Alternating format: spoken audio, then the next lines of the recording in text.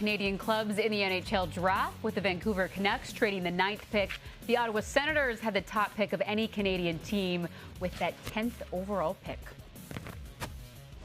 Back with Craig Button. And Craig, we heard your thoughts on the Montreal Canadiens' controversial selection earlier in the show. There were 4 other Canadian teams picking in the first round Friday. Let's begin with the Senators. They had the highest pick at number 10. They took Tyler Boucher. What are your thoughts on Ottawa's pick, who wasn't expected to be taken so high? Yeah, he wasn't expected to be picked that high, but at the same time, he brings really good qualities and attributes. And when I look at a player that he might compare favorably to, I go right to Josh Anderson. That type of powerful player, a really good skating player that can make life uncomfortable for opponents. And the Ottawa Senators have some really good young players, both on their team and in their system. But they don't have very many players like Tyler Boucher. And as we saw in the playoffs with Josh Anderson, that's a player that can be really valuable as you try to meet the various challenges that you're going to be faced with en route to trying to be a successful team. Turning to the Flames, who took Matthew Coronado 13th overall. Craig, what could he bring to Calgary's future? How about a whole lot of goals? I think, Lindsay, he's the best goal scorer in the draft. And his nickname is the Bison. And this Bison has horns. And he goes where he wants to go, and that's to the net.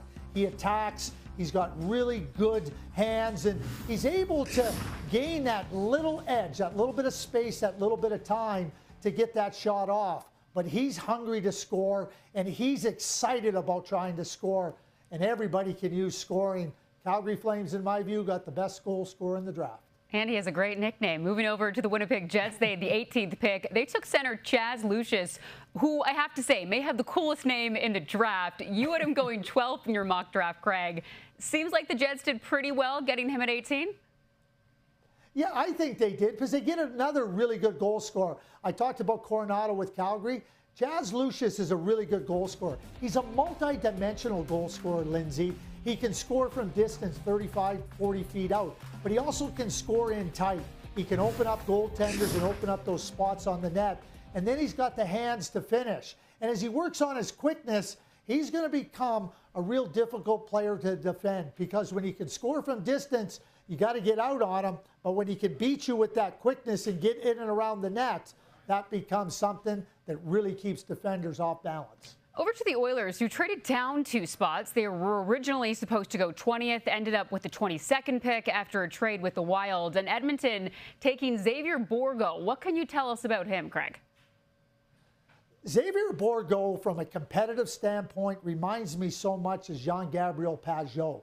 They're going to be invested and involved in every hard area of the game. They don't take shortcuts, and they're really hard to play against. He's got a really strong two-way game, and he's really smart. Smart in the two-way game, and I always am careful of doing this, lowercase Patrice Bergeron. So you get a really highly competitive player like Jean-Gabriel Pageau, and you get a really nice two-way player who thinks along the same lines of Patrice Bergeron. I think a terrific pick for the Edmonton Oilers.